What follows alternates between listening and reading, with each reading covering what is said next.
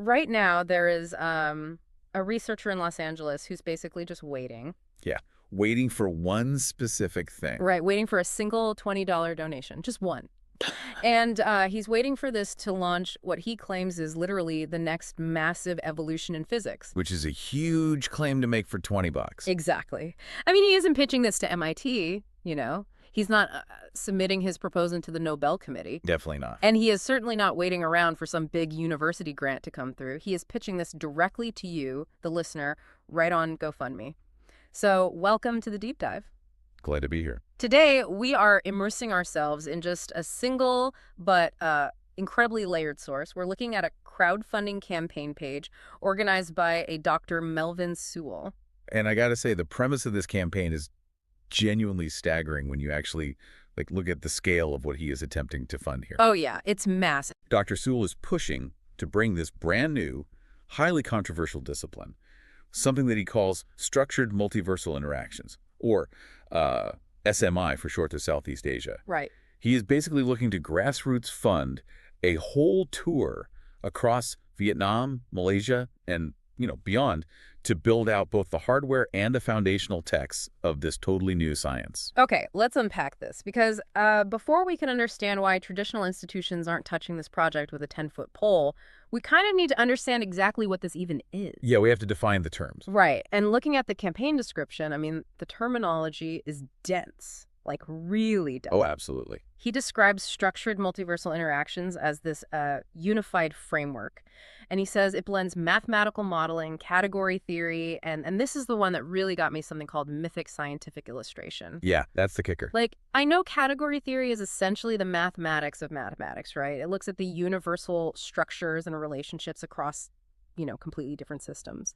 Right. It's very high-level, rigorous math. Exactly. But then he just throws in mythic scientific illustration. And I mean, those things usually live in completely different buildings on a university campus. Totally different world. So is he seriously trying to map the hard math of universal structures onto, subjective human mythology? I mean, is this combining the hard math of string theory with the world building of a graphic novel? What's fascinating here is that he is actively attempting to obliterate the walls between those buildings entirely. Really?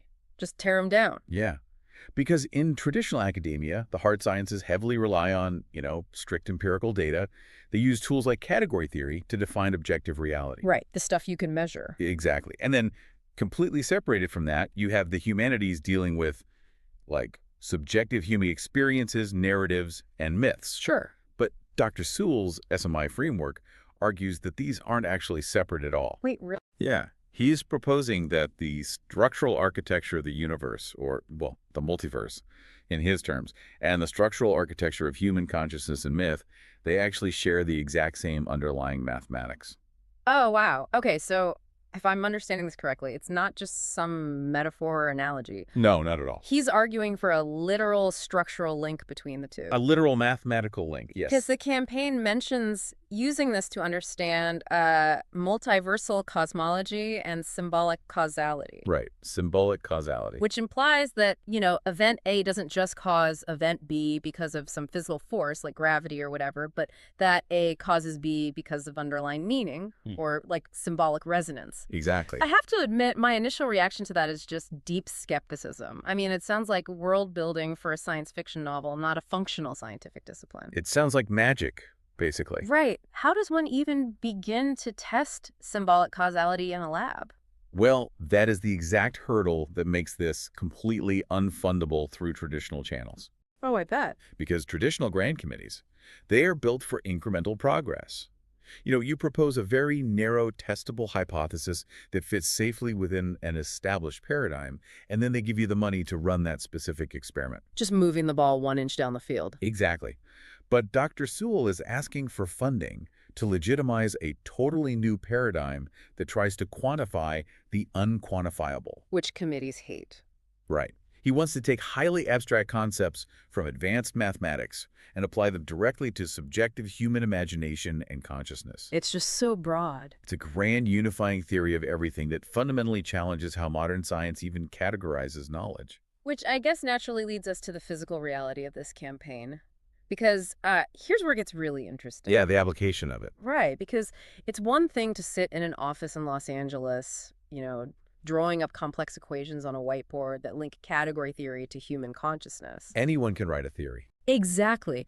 But Dr. Sewell isn't just publishing theoretical papers. The campaign outlines a very specific, boots-on-the-ground hardware application for all this. Yes, he's building actual stuff. He's taking this theory on the road to, like, innovation hubs and cultural venues in Southeast Asia. Vietnam and Malaysia, specifically. Right. And the GoFundMe specifically mentions building VR fatigue biosensors and molecular modeling tools. Which is quite the combination. It's a massive leap. I mean, we go from multiversal cosmology to figuring out why a virtual reality headset gives you a headache. It does seem like a weird pivot. I really need you to connect those dots for me. Like, how does a VR headache validate a grand theory about the multiverse? Okay, so to understand the connection, you have to look at how SMI actually defines our interaction with reality itself. Okay. The whole framework relies heavily on this concept of resonant systems. Resonant systems. Yeah. So if human consciousness physically and mathematically interacts with the underlying structure of the multiverse, like he claims, then our biology is fundamentally tuned to that specific structural reality. Our bodies expect reality to have a certain mathematical shape, basically. Ah, okay. I see where this is going. So if you put someone inside a virtual reality environment, You're placing their consciousness inside an entirely artificial, digitally constructed structure. wow. Okay. Precisely. So in the context of SMI, VR fatigue isn't just, simple eye strain or motion sickness from screen latency. It's not just your inner ear getting confused. Right. He argues it is the physiological friction of your consciousness clashing with the synthetic structural environment. Like your brain rejecting a fake reality. Yes, it's essentially dimensional drag. Dimensional drag. That is a wild concept.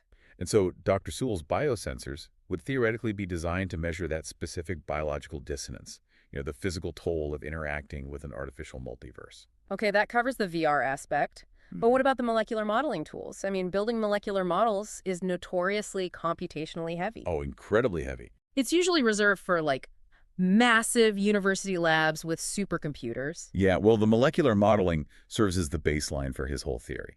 How so? If you are going to prove that human consciousness resonates with physical multiversal structure, you first have to meticulously map how the most fundamental building blocks, molecules, how they interact and resonate with one another to create complex forms in our base reality. Oh, I see. So you have to prove the math works on the smallest physical level first. Exactly. Mm. He is taking this highly abstract, mythic scientific theory and trying to ground it in tangible, measurable hardware. Bringing it out of the clouds. Right. He wants to show these communities in Vietnam and Malaysia exactly how these resonant systems operate, starting from the microscopic molecular level all the way up to virtual realities. Okay, let's talk about the logistics of that tour, though, because the math on his GoFundMe page regarding this trip is jarring. It is very tight. That's an understatement.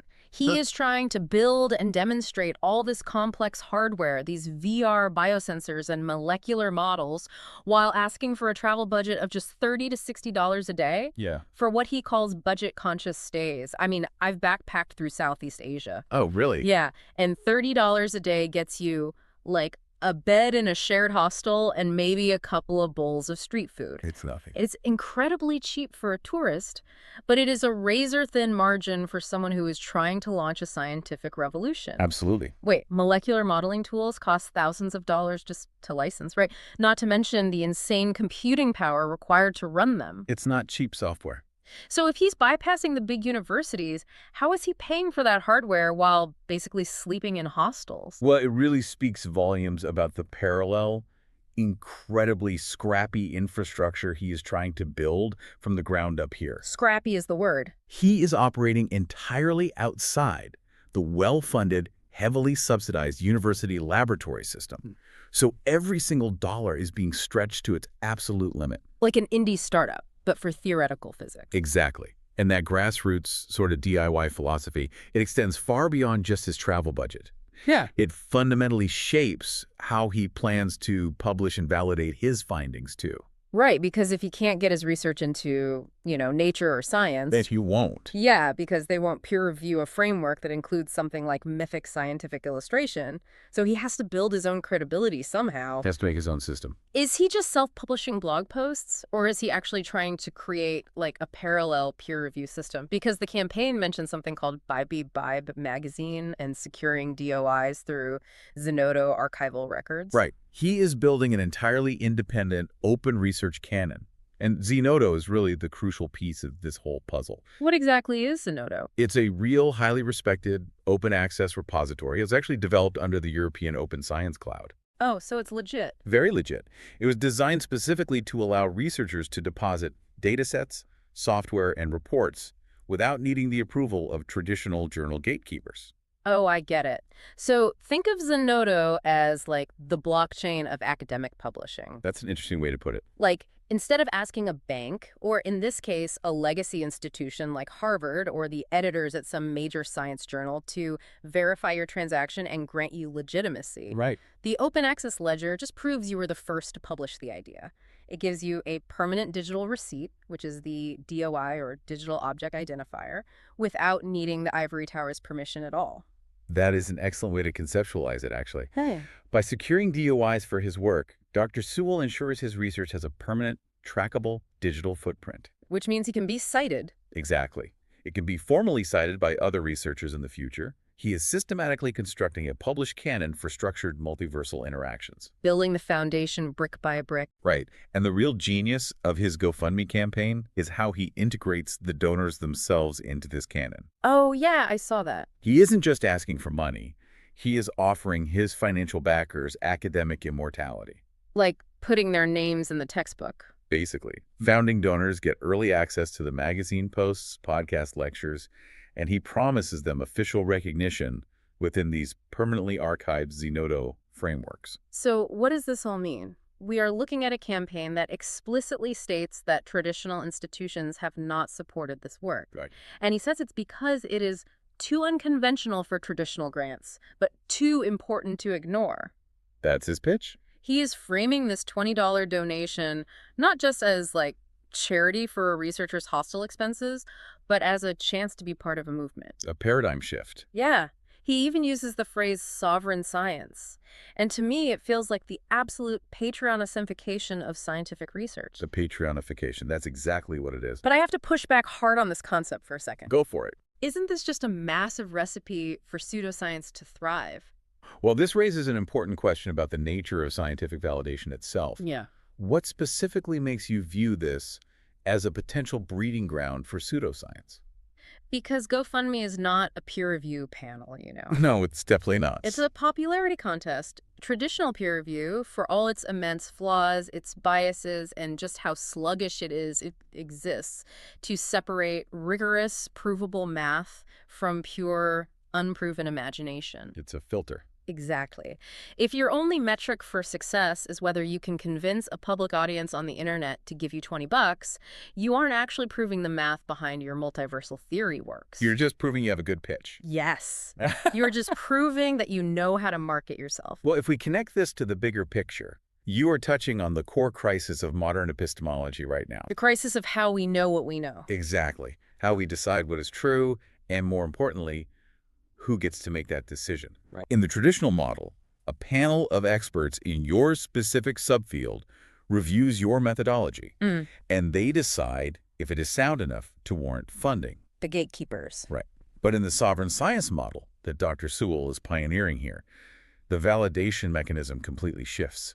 It moves from institutional approval to community resonance. Community resonance. Yeah. He is essentially asking the public to act as his grant committee.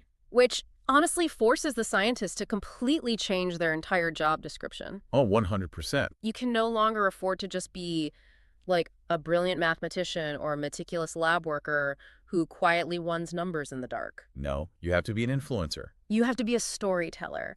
You have to write a compelling, emotionally resonant GoFundMe page that physically stops someone mid-scroll on their phone and convinces them that symbolic causality is worth their hard-earned money. And look at how Dr. Sewell actually adapts to that new requirement in the text of the campaign. He leans right into it. He does. He is offering exclusive updates from each city on his tour. He promises photos, videos, and narrative stories from his time in Vietnam and Malaysia. It's content. Right. He is packaging a highly complex theoretical scientific expedition as a serialized travel vlog. And I don't mean the comparison to sound dismissive either. It's actually a brilliant and probably necessary adaptation to the current media landscape we live in. It's survival. Yeah. If you want people to fund the development of your VR fatigue biosensor, you have to make them feel deeply invested in the journey.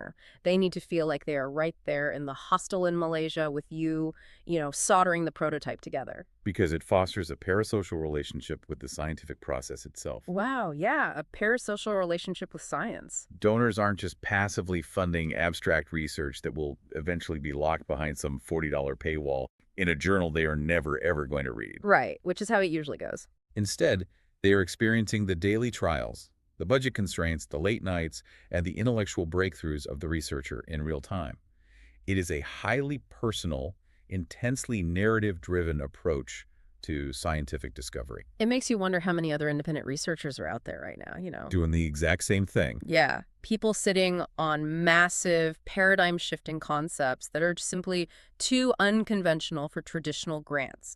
And they're currently trying to figure out how to distill their entire life's work into an easily shareable, crowd-funded pitch. It's a new frontier. There is a line in Dr. Sewell's campaign that really sticks out to me regarding this. He notes that each share can inspire $50 in donations. That's the math of the internet. That is the cold, hard metric of sovereign science right there. The shareability of the idea dictates the survival of the science. We are witnessing the mechanics of the creator economy. Yeah. Crowdfunding, exclusive content drops, community shout-outs, and viral shareability being directly applied to the realm of theoretical physics and consciousness studies. Which is just a wild collision of worlds. It really is. And regardless of where you stand on the actual scientific validity of structured multiversal interactions, the mechanism Dr. Sewell is utilizing to birth it into the world is a massive cultural indicator. Oh, for sure. He is testing the absolute limits of independent direct-to-consumer research. Okay, let's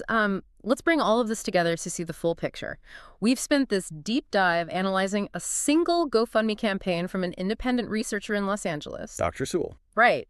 And he's currently looking for that very first $20 founding donation to kick off a remarkably frugal tour through Vietnam and Malaysia. Very frugal. His ultimate goal is to build bridges between cultures, hard science, and human imagination by introducing this highly complex framework called structured multiversal interactions. Blending math and myth. Exactly. And to prove it, he plans to build VR biosensors to measure dimensional friction and molecular models to show foundational resonance.